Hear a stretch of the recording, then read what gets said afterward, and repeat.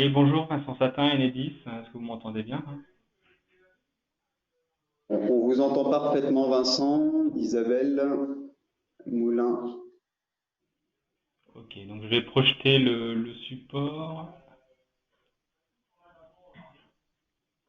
Vous pouvez juste me confirmer que vous le visualisez bien.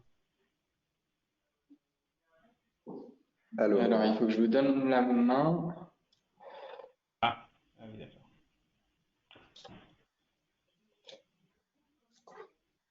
voilà, Vincent Satin, vous avez été désigné comme présentateur. Vous allez pouvoir. Voilà, on voit votre écran. Et Isabelle, on devrait vous entendre maintenant. Bonjour à tous. Bonjour, on vous entend, tout va bien. Eh bien, donc, comme je disais en conclusion de la table, enfin de la session précédente, nous avons évoqué avec Alexandra Baille de Texol et avec Rémi Bastien d'Enogrid les premiers retours d'expérience sur les opérations d'autoconsommation collective qu'ils ont pu faire au travers des opérations auxquelles ils ont participé à un titre ou à un autre. Et donc l'objet de cette session, pour laquelle je vous remercie de la préparation et d'avance de votre expertise que vous mettez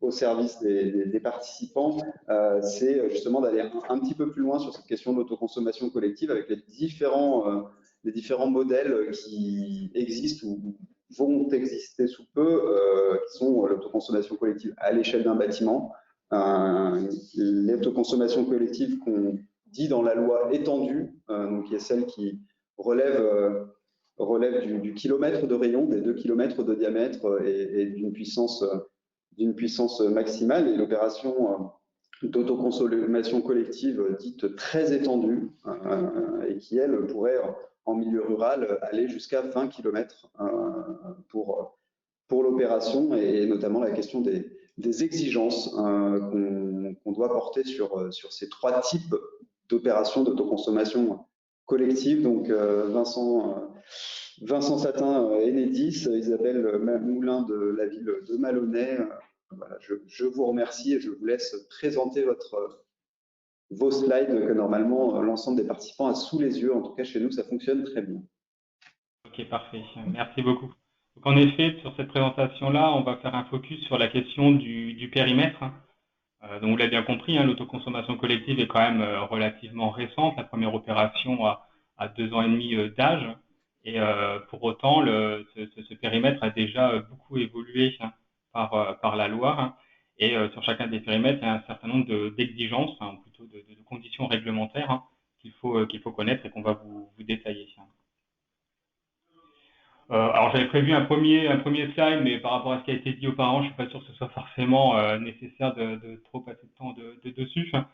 Simplement pour dire, voilà, l'autoconsommation, aujourd'hui, il y a 2 modèles.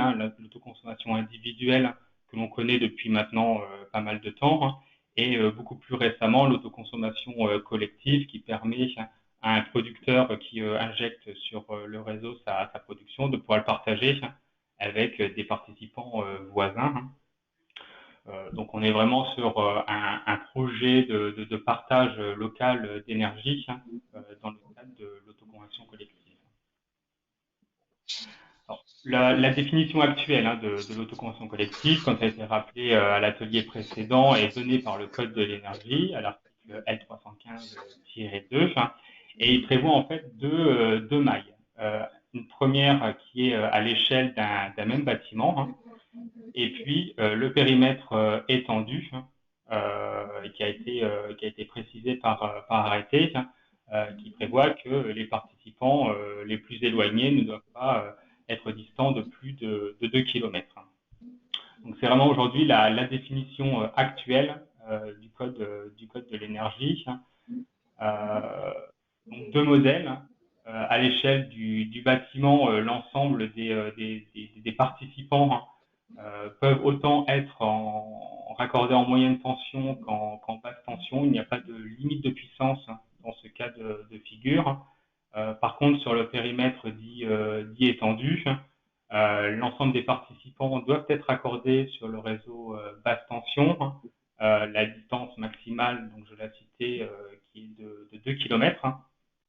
à l'heure actuelle, et puis une limite aussi sur la quantité, enfin sur la production globale à l'échelle de l'opération qui ne doit pas excéder 3 MW à l'heure actuelle. Voilà, donc ça, c'est vraiment ce qui est aujourd'hui prévu par la loi. Alors, si on fait un focus sur le périmètre dit étendu, donc il a été précisé par un arrêté paru donc le 21 novembre 2019, donc qui est quand même très récent, et donc qui vient préciser ces deux conditions, la distance de 2 km et la puissance maximale par opération de 3 MW.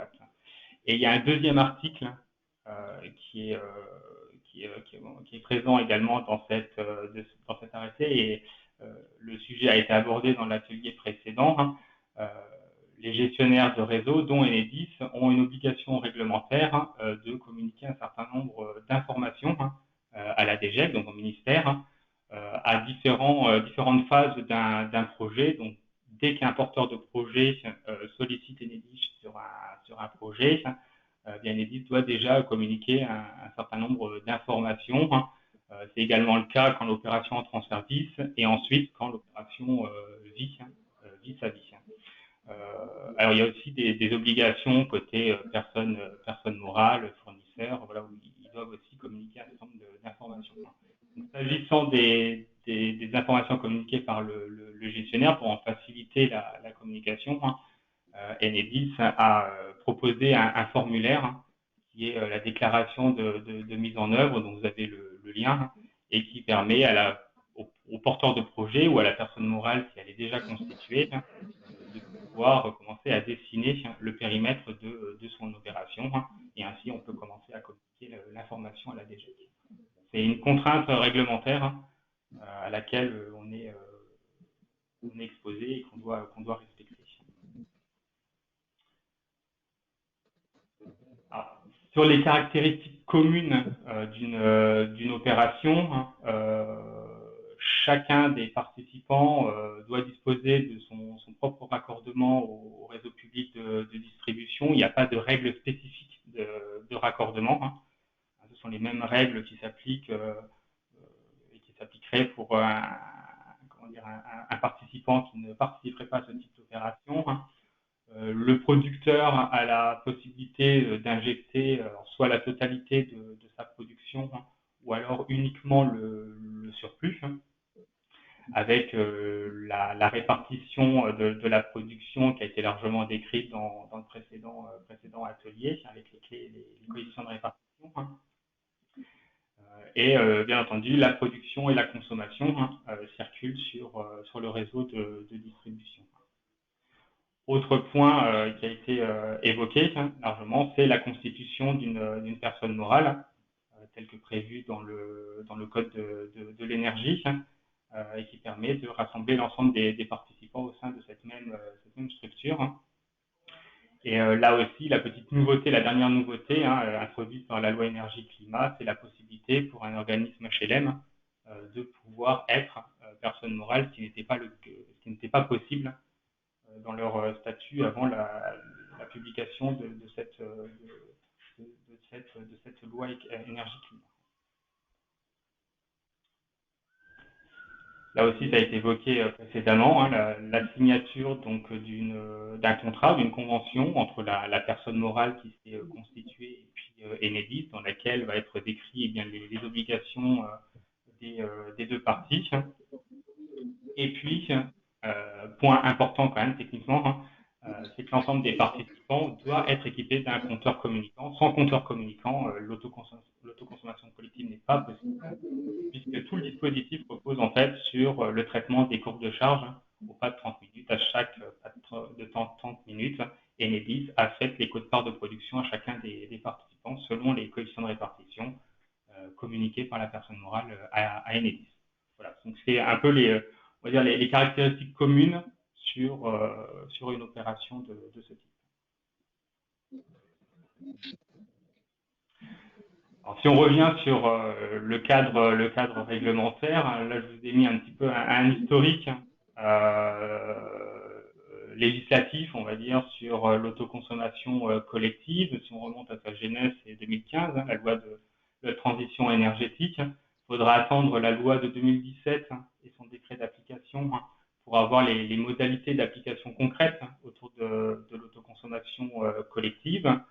À l'époque, donc en 2017, les opérations devaient se faire au périmètre d'un poste électrique. L'ensemble des participants devaient se situer en aval d'un même poste.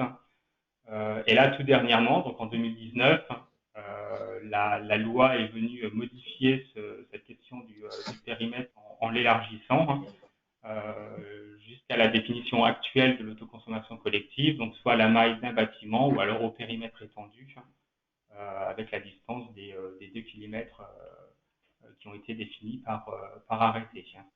Tout ça pour dire en fait que en 2 ans de temps, on voit que ce sujet a quand même a beaucoup évolué et pourrait encore évoluer. Ça a été abordé aussi précédemment.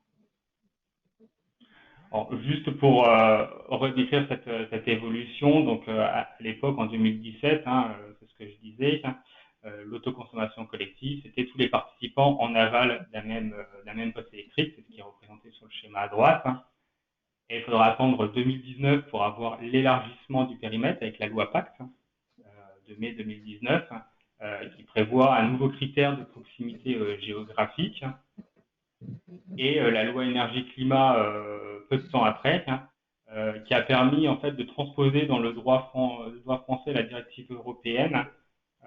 C'est le premier alinéa qui décrit l'autoconsommation collective à la maille d'un même bâtiment, et la spécificité française du périmètre étendu a été réintroduite dans cette loi énergie-climat pour la conforter, le fameux périmètre de 2 km.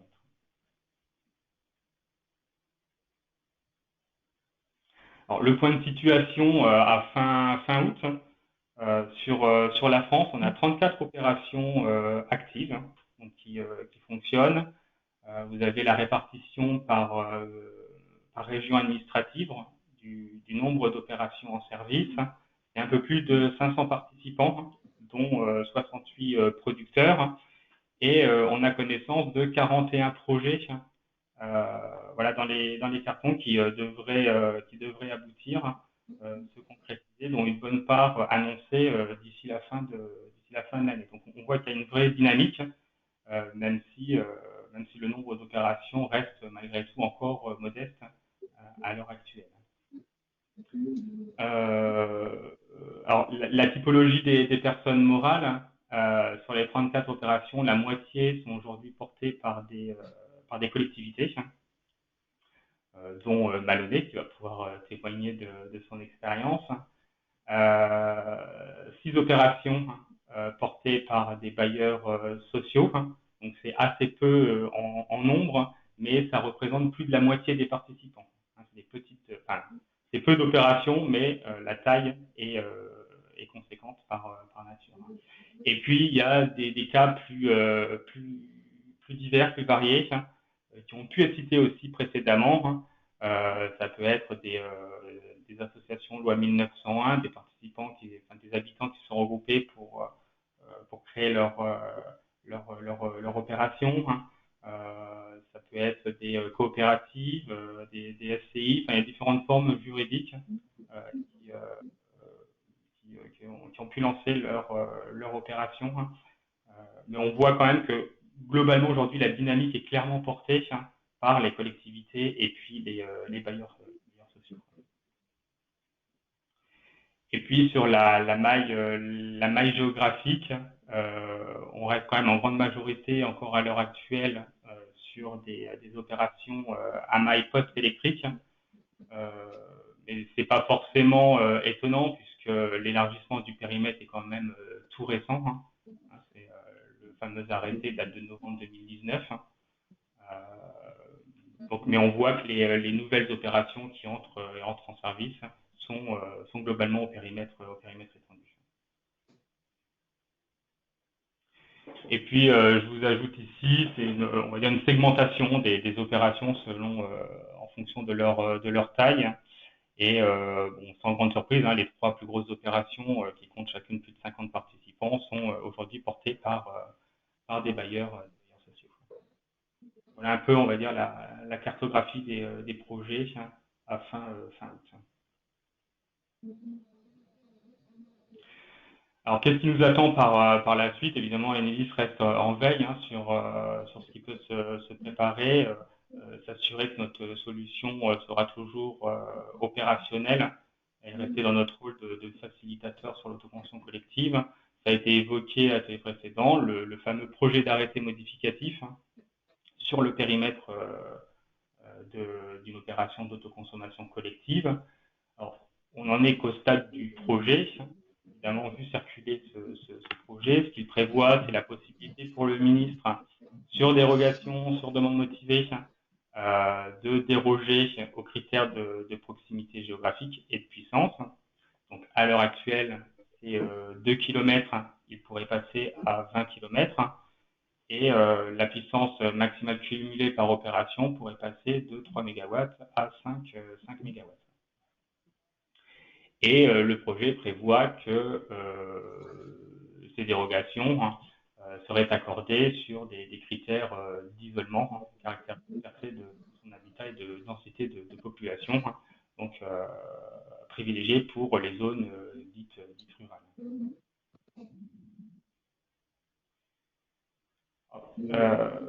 Mais ici, évidemment, ce projet d'arrêté fait l'objet de consultations. Il est toujours intéressant d'avoir l'avis de la commission de régulation de l'énergie sur cette question. Elle en a fait part dans sa délibération du 11 juin. Et la CRE se dit favorable à l'extension du critère géographique, passant de 2 à 20 km de manière dérogatoire. Par contre, émet des réserves, enfin en tout cas se dit défavorable à l'extension du seuil de puissance, passant de 3 à 5 MW, considérant qu'il n'y a pas forcément de lien avéré entre le besoin en zone rurale et cette élévation du seuil de puissance. Bon, il faut savoir que l'avis de la CRE n'est que consultatif. La décision finale sera prise lors de la publication de cet arrêté au journal officiel, et on est toujours en attente de cet arrêté. En tout cas, c'est ce qui se prépare a priori sur le sujet. Oui, Vincent, David Denerplan, une question qui nous est posée justement, qui a trait à cette question de la puissance maximale sur l'opération d'autoconso collective en périmètre étendu. Là, on voit un projet d'arrêté modificatif qui porterait, s'il va jusqu'au bout dans cette forme, à 5 MW maximum. Mais pour l'instant, les projets ne sont encore éligibles qu'en étant connectés au réseau basse tension en termes de production. Ce qui veut dire que pour arriver à 5 MW, il faudrait une foultitude de projets. Et la question du coup, est-ce qu'il n'était pas aussi question de revenir sur cette limitation qui impose que et consommateurs et production soient raccordés au réseau basse tension? Alors j'évoquerai le sujet après. En fait, ça va être dans le cadre, a priori, ça serait dans le cadre des communautés d'énergie, où cette question du raccordement limitatif au réseau basse tension pourrait finalement sauter.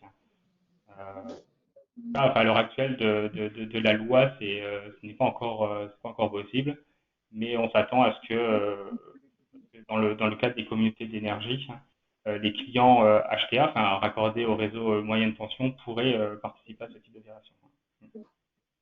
Effectivement. Et alors, une autre petite question polémique, tant qu'on en est à une petite séance de questions. Une autre petite question polémique pour vous, Enedis, si on prend le cadre primaire de l'opération d'autoconso, donc à l'échelle d'un bâtiment avec plusieurs consommateurs, la question est, est-ce qu'il est possible de se passer du réseau public et d'utiliser le réseau interne et privé du bâtiment, ce qui permettrait d'éviter et la textualisation du réseau public, puisqu'on passerait par un réseau interne et potentiellement d'être sous un régime qui serait plutôt de l'autoconsommation individuelle, puisque un seul poste, enfin, on serait sous un seul poste de consommation plutôt qu'en collectif.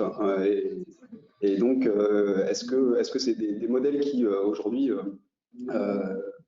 sont en œuvre, existent et voilà, alors je sais que poser la question à Nelly, c'est un peu polémique évidemment, mais la question est posée sur cette session, donc je la relève. Aujourd'hui, la possibilité, enfin, ce qui est aujourd'hui permis par la loi, c'est en effet les réseaux dits intérieurs. Hein. Par contre, les réseaux dits privés, hein,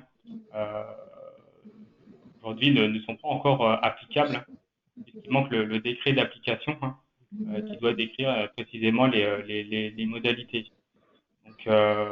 Donc aujourd'hui, enfin, en tout cas la loi, hein, c'est pas une Enedis qui l'impose. Hein. Aujourd'hui, la loi ne le permet pas hein, d'envisager en dehors de ce raccordement au réseau public.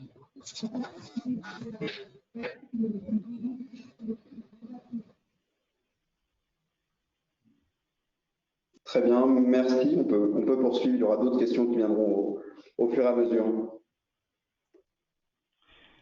Donc, sur ce projet d'arrêté, je voulais revenir aussi sur, puisque c'est une autre contrainte, mais elle a été citée tout à l'heure, hein, très largement et bien expliquée, hein, sur la position de la CRE s'agissant de l'éligibilité au TURP optionnel de l'autoconsommation collective. La CRE a profité justement de cette délibération pour donner son avis sur ce projet d'arrêté, pour rappeler hein, quelle était sa position sur le sujet.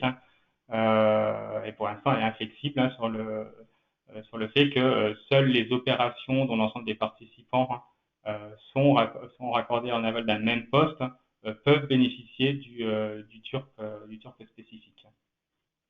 Donc ça, elle l'a rappelé, et là pour le coup, c'est vraiment de la compétence exclusive de la CRE de fixer les règles d'application de ce TURP. Alors, avec juste une petite modulation, parce qu'on a évoqué aussi cette question du TURP spécifique lors de la précédente session. Juste une petite modulation qui est que effectivement la CRE a basé son TURP spécifique optionnel, comme vous le rappelez ici, sur les anciennes modalités d'application de l'autoconsommation collective, n'a pas mis à jour le texte et a expliqué dans cette position effectivement qu'elle ne souhaitait pas mettre à jour le texte pour l'adapter aux nouvelles dimensions des projets d'autoconsommation collective qui sont issus de cet arrêté du 21 novembre. Voilà, donc simplement rappeler ça effectivement que la loi a changé, l'arrêté a été changé, et donc c'est aujourd'hui il n'y a plus de limite à 100 kg dans la loi pour le TURP spécifique. Il y a un arrêté qui a changé le périmètre géographique, c'est simplement la CRE. Alors là, je donne un point de vue qui est plutôt le point de vue Enerplan. Je ne vous demande pas forcément de réaction d'Enedis sur ce point, mais voilà, la CRE a décidé qu'elle ne s'adapterait pas à ces changements réglementaires et législatifs. Alors après, il y a le TURP 6 qui est en cours de discussion. Est-ce qu'à cette occasion, la CRE modifiera sa position sur le sujet? Bon, c'est une question. On verra ce que donnera le futur TURP, hein, qui est en cours de discussion. Hein. Bon, en tout cas, après, la conséquence immédiate hein, de cette position réaffirmée de la CRE, eh bien, c'est que par nature, les opérations dites étendues ne sont pas éligibles si tous les participants ne sont pas raccordés au même poste électrique.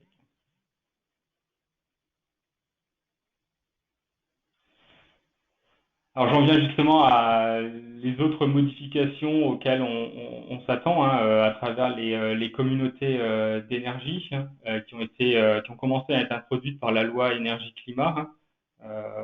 Deux types de communautés d'énergie renouvelable, donc là qui ont pu être introduites dans le code de l'énergie, puisqu'il y a un article dédié sur le sujet, c'est ce que vous voyez à l'écran, hein, qui définit ce que sont ces communautés d'énergie. Ce qui est rappelé, c'est que l'appareil, il faut attendre un décret d'application pour savoir exactement les modalités applicables autour de ce nouveau dispositif, cette nouvelle entité. Mais c'est peut-être à cette occasion que les clients raccordés en moyenne pension, ce qu'on évoquait tout à l'heure, pourraient peut-être participer à ce type de dispositif. En tout cas, l'autoconsommation collective, son fonctionnement actuel, est tout à fait adapté pour fonctionner avec ces communautés d'énergie à venir. Et puis, il y a la communauté d'énergie citoyenne, qui, elle, doit être précisée par ordonnance. On sait qu'il y a un projet d'ordonnance qui est en cours d'élaboration par la DGEC. Alors, le calendrier prévisionnel serait une publication de cette ordonnance d'ici la fin d'année. Ensuite, devra suivre une loi de ratification dans les 3 mois. Et on sait aussi que ce projet d'ordonnance renvoie à un décret d'application, pareil, pour venir préciser les modalités exactes d'application autour de ces communautés énergétiques citoyennes. Voilà, donc on voit là, c'est vraiment des nouveaux objets, des nouveaux usages, des nouveaux modes de fonctionnement. Simplement pour dire qu'Enedis est vraiment en veille sur tous ces sujets pour s'assurer qu'on puisse continuer à accompagner efficacement le développement de ces nouveaux usages. Voilà, alors merci Vincent de cette présentation. Pour pouvoir poursuivre ce duo d'experts et répondre notamment à une des questions qui nous a été posée, qui est sur celle de la constitution administrative de la convention d'autoconsommation, les questions de complexité ou de simplicité de la procédure, d'accélération éventuelle et d'extension potentielle d'opérations en cours sur ces nouveaux formats. On va donner la parole à Isabelle Moulin, que je remercie également d'être avec nous. Oui, merci de m'inviter à cette université. Isabelle Moulin, donc je suis directrice de l'environnement et des moyens techniques de la ville de Mayennais, qui est une commune un peu plus de 6 000 habitants dans l'agglomération rouennaise. Vincent, voilà, je vous laisse passer les slides. Donc on est une commune en périphérie de la métropole rouennaise, donc semi-urbaine, semi-rurale, et nous sommes engagés depuis plus de 10 ans, 15 ans maintenant, dans une démarche que nous veut exemplaire de transition qu'on dit avec un S, que ce soit énergétique, bien évidemment, biodiversité, implication citoyenne. Alors voilà, nous, on s'est engagé depuis 2006, notamment dans la démarche Citergie, qui est une procédure pilotée par l'ADEME, qui nous a permis de structurer notre plan d'action d'investissement, notamment d'un point de vue énergétique. Et dans ce cadre-là, on a pu bénéficier de l'appel à projet Territoire énergie positive pour la croissance verte en 2017 et certainement ainsi accélérer le plan d'action que l'on avait pu mettre en place. Dans ce cadre, notre maire de Côté est également très engagé et très actif auprès de la métropole et des 71 communes, puisqu'il est l'ambassadeur de la COP21 rouennaise que l'on avait pu mettre en place l'année dernière. Donc voilà, on est engagé effectivement dans le déploiement des énergies renouvelables et notamment photovoltaïques depuis 2016-2017 et nous avons souscrit 3 conventions d'autoconsommation collective et le 10 décembre 2019, nous avons également signé cette première convention d'autoconsommation collective étendue. Voilà le résumé un peu de l'action de la ville. Donc, notre territoire est assez dense, et ça, c'est vrai que c'est plutôt intéressant, ce qui nous a permis d'étudier très rapidement la mise en place d'une autoconsommation collective. Malgré tout, on voit que si on a déployé nos premiers panneaux photovoltaïques sur notre église en août 2018, la mairie qui se trouve à 500 mètres ne pouvait pas être raccordée puisqu'elle n'était pas sur le même poste. Donc c'était effectivement les écueils des démarches administratives et techniques de l'époque.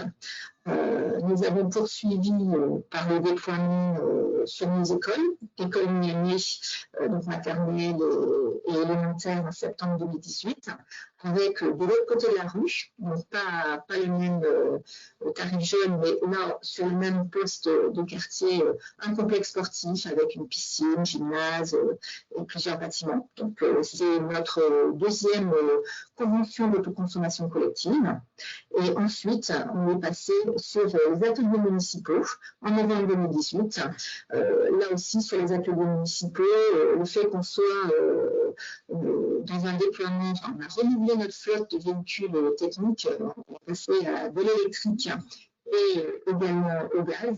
Et donc, on a installé des bornes de recharge spécifiques pour les ateliers municipaux, ce qui nous a permis d'être en opération d'autoconsommation collective également sur nos ateliers.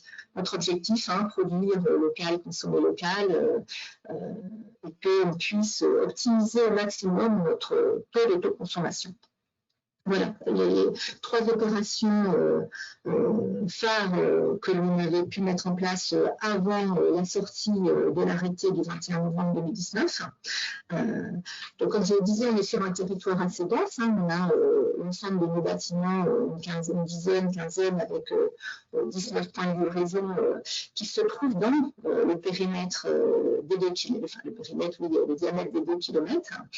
Ce qui fait que dès que les prémices de cet arrêté ont été évoquées, nous avons sollicité la ministre à l'époque pour lui faire part de notre volonté d'être un des précurseurs de ce type d'autoconsommation collective étendue. Donc, effectivement, cette première nationale a eu lieu le 10 décembre 2019 au siège de la métropole Rouen-Normandie, en présence du président de l'ADEME, puisqu'effectivement l'ADEME, tout comme Enedis, sont des partenaires vraiment privilégiés pour m'allumer et pour mettre en place cette démarche. On a beaucoup travaillé avec Enedis dès 2017 sur le déploiement de l'INGI, puisque bien évidemment c'est un préalable pour pouvoir faire de l'autoconsommation collective, de l'autoconsommation court d'ailleurs, et on a testé plein de solutions techniques, différentes natures de tarifs, des bâtiments différents, des installations différentes. Voilà. Donc, on a évolué pour arriver en décembre 2019 à la signature de cette première convention d'autoconsommation collective étendue. Voilà.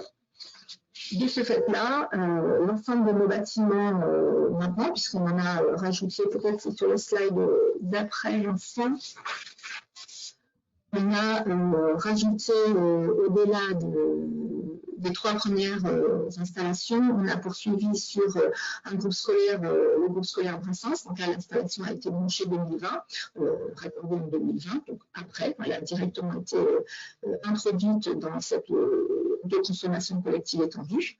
Cette installation, par ailleurs, a fait l'objet d'un financement participatif. On a souhaité associer les habitants à l'ensemble de la démarche de la ville. Depuis, on a également rajouté un boulodrome solaire sur le complexe sportif en juin. Et là, je l'ai pas mis sur la photo, mais depuis 2 mois, nous avons également sur notre piscine qui vient d'être restructurée 10 kg supplémentaires d'installation solaire. Donc à ce jour, les 19 équipements, bâtiments ou PD, en fait, on peut avoir dans des collectivités, des antennes, des pompes de relevage ou autres. Donc voilà, l'ensemble de nos équipements sont raccordés et bénéficient de la production de nos 5 centrales solaires. Voilà, et sur le dernier slide, donc là, toutes ces données sont bien évidemment ici des informations qui sont transmises par Enedis. On voit bien que entre janvier 2019, où nous avions 5 PDL de raccordés sur nos centrales solaires, à janvier 2020, on a 20 PDL de raccordés. Ça nous a permis d'être à un niveau d'autoconsommation de notre production de 99% en janvier. Alors, février, mars, avril, ça varie un peu. Bon, on est sur un printemps un petit peu particulier avec des bâtiments qui n'ont pas fonctionné normalement avec la période de confinement. Mais en tous les cas, à partir de janvier 2020, on voit bien que le niveau d'autoconsommation est très largement optimisé et c'est vraiment le souhait de l'autoconsommation collective étendue, puisque nous avons la chance d'être dans les 2 km.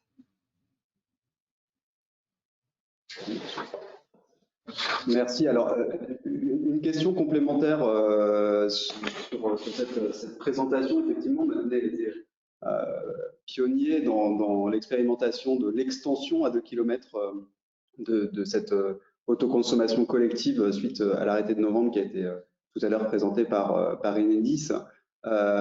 Aujourd'hui, l'ensemble de vos bâtiments qui sont consommateurs sont tous raccordés en basse tension et une question qui nous est posée, c'est entre deux bâtiments d'autoconsommation qui seraient distants de moins de 50 mètres sur un même site, avec un des bâtiments qui serait en basse tension et l'autre raccordé en HTA, et donc en moyenne tension. Est-ce que c'est considéré comme une opération d'autoconsommation individuelle ou est-ce que c'est considéré comme une opération d'autoconsommation collective ou est-ce que c'est juste pour l'instant impossible du fait que l'un des deux bâtiments est raccordé à de la moyenne tension?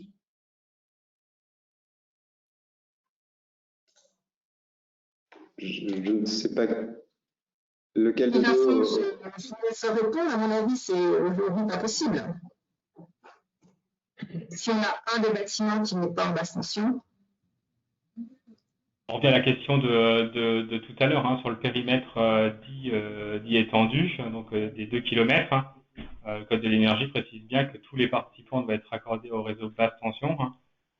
Et donc, alors je sais même pas si, je sais pas si vous avez du coup à Malonnet des sites qui seraient raccordés en HTA, hein, en moyenne tension, hein, que vous aviez identifié et qui n'auraient pas pu participer à l'opération compte tenu de cette contrainte. Hein.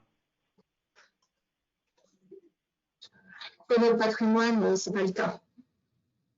Donc, on n'a pas eu à se poser cette question-là, en l'occurrence. On a la chance que tout soit couvert en basse tension. D'accord. Et alors, justement, pour refaire écho à la question que je vous posais, Madame Moulin, en débutant votre intervention, et la question nous est reposée, quel est pour vous votre sentiment, votre appréciation sur la complexité administrative du montage et de la relation avec Enedis et du montage auprès d'Enedis de cette opération initiale et de son extension, du coup, sur le périmètre? Alors, la réponse ne serait pas la même aujourd'hui ou en 2017 quand on a commencé à se poser autour de la table pour évoquer les premiers raccordements. Ce qui est sûr, c'est qu'on a bénéficié d'un partenariat privilégié. Hein, on a vraiment signé avec Enedis une convention de partenariat pour tester les différentes solutions, les différents problèmes techniques qui se posaient.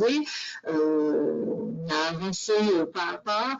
Les délais, de toute façon, peuvent être longs, mais comme si on anticipe bien toute la problématique, ça correspond à peu près au délai de consultation, de réalisation de travaux, de raccordement.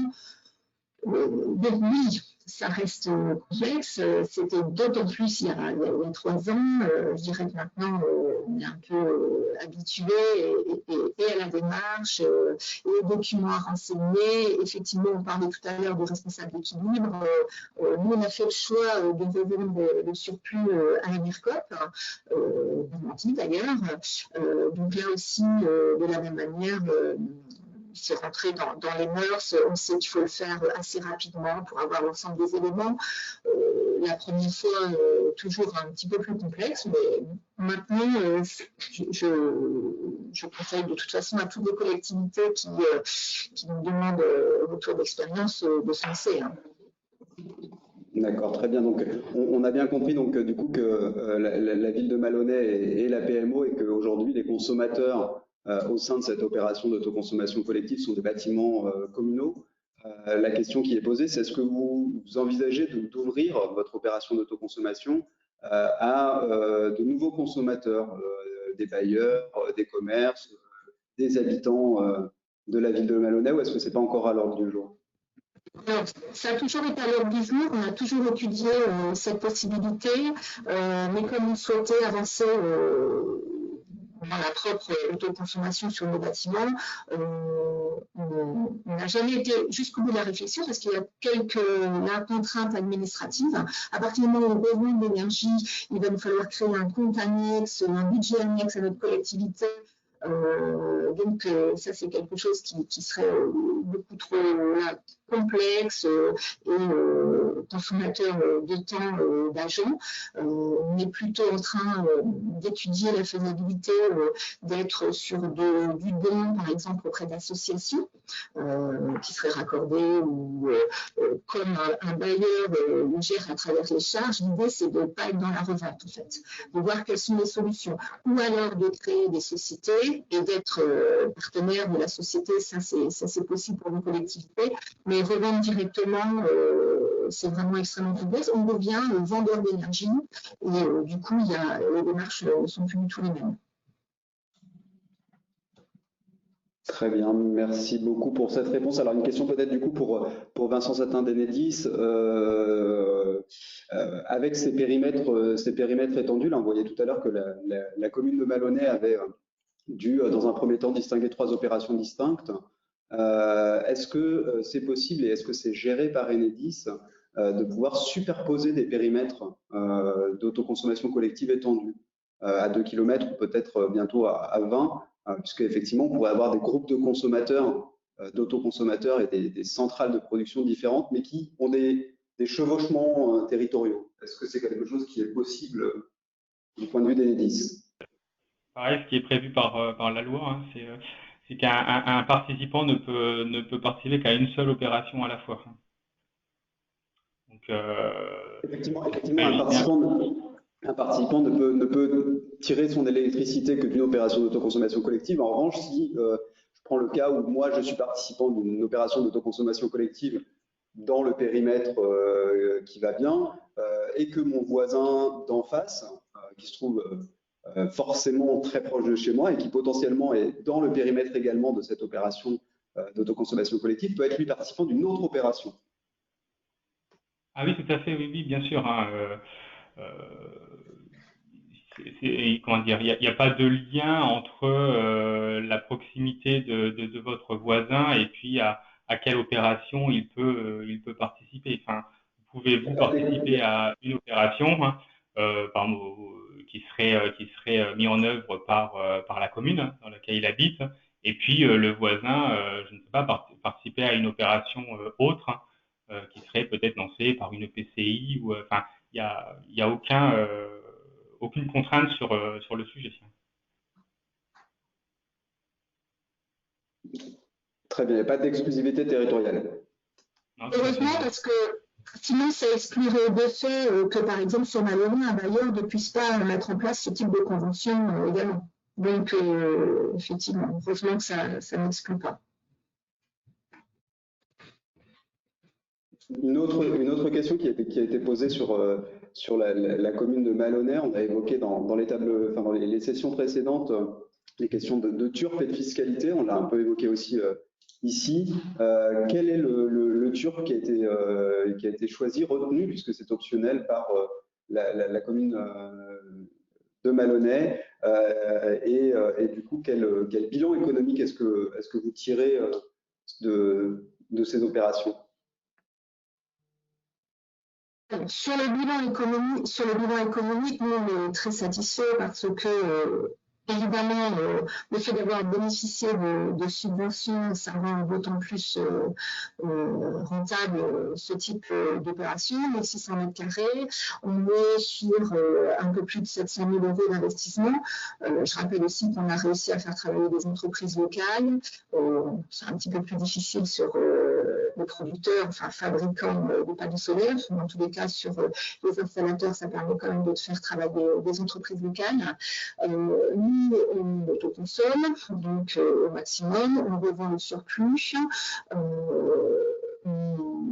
On a fait un calcul de rentabilité et on a également fait une analyse de pour de l'inaction. Si nous avions laissé nos installations en l'état, alors bien sûr on parle d'abord de sobriété énergétique, hein, mais si on n'avait rien fait, laissé nos bâtiments tels quels, continuer à consommer et avec le coût de l'énergie tel qu'il est, depuis 15 ans, il augmente, et toutes les actions qu'on a mises en place, on se rend compte, nous, qu'on est entre 250 et 300 000 euros de gains sur ce qu'on appelle, nous, le coût d'une action. C'est un gain de 300 000 euros sur notre fonctionnement.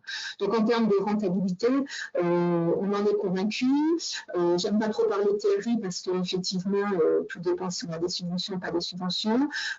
On profite aussi souvent de poser des installations solaires sur les toitures au moment de la rénovation de ces toitures. Donc, je crois que c'est un facteur qui est rarement intégré puisque au-delà de sa performance, l'installation photovoltaïque, elle va rester et elle fait son office d'étanchéité. Donc, je crois que c'est vraiment des questions à se poser quand on est en pleine réflexion de rénovation de son patrimoine bâti d'un point de vue énergétique. Sur le TURP, alors si je ne dis pas de bêtises, on est en TURP spécifique. Voilà. Enfin, j'ai un doute, là, j'avoue, sur le TURP que l'on a mis en place depuis l'autoconsommation collective étendue. Et je vais compléter. Donc, sur la question du TURP spécifique autoconsommation collective, sur les 500 participants sur toute la France, il n'y a que 2 clients qui se sont manifestés pour souscrire au TURP spécifique. Donc ça fait évidemment très peu, donc on entend beaucoup de critiques autour de ce TURP. Faut savoir que la CRE a demandé récemment à Enedis un premier retour d'expérience sur l'autoconsommation collective. Un focus a été fait justement sur ce TURP spécifique et on a mené une analyse. En fait, on a pris ces 500 participants, on a regardé sur une année complète ce que les clients auraient pu, quel est le delta finalement sur la partie acheminement si les clients avaient souscrit au TURP spécifique. Et donc du coup, je me montrerai beaucoup plus positif que ce qui a pu être dit à l'atelier précédent, puisque le résultat montre que dans 70% des cas, les clients qui étaient éligibles au TURP spécifique auraient eu intérêt à y souscrire et ils auraient fait des économies. Très bien, bah écoutez, je vous remercie beaucoup pour vos contributions. Je sais que c'est frustrant, on arrive au terme déjà depuis 5 minutes de cette table ronde, de cette session interactive. Je vais juste citer un dernier commentaire qui n'est pas une question et auquel je m'associe, un message d'Éric Pain, un adhérent d'Enerplan, qui dit « Les acteurs de la filière remercient la commune de Malonnet d'être une locomotive du développement de l'autoconsommation collective en Normandie avec une collaboration très stimulante avec Enedis dans l'organisation et dans les méthodes. » Et je m'associe tout à fait à ce commentaire pour vous remercier d'avoir partagé avec nous et avec l'ensemble des participants votre expertise sur cette session interactive et d'avoir pris le temps de préparer et d'expliquer vos projets, la manière dont vous envisagez l'actuel et l'avenir de l'autoconsommation collective en tant que pionnier de cette nouvelle modalité de consommation et de production.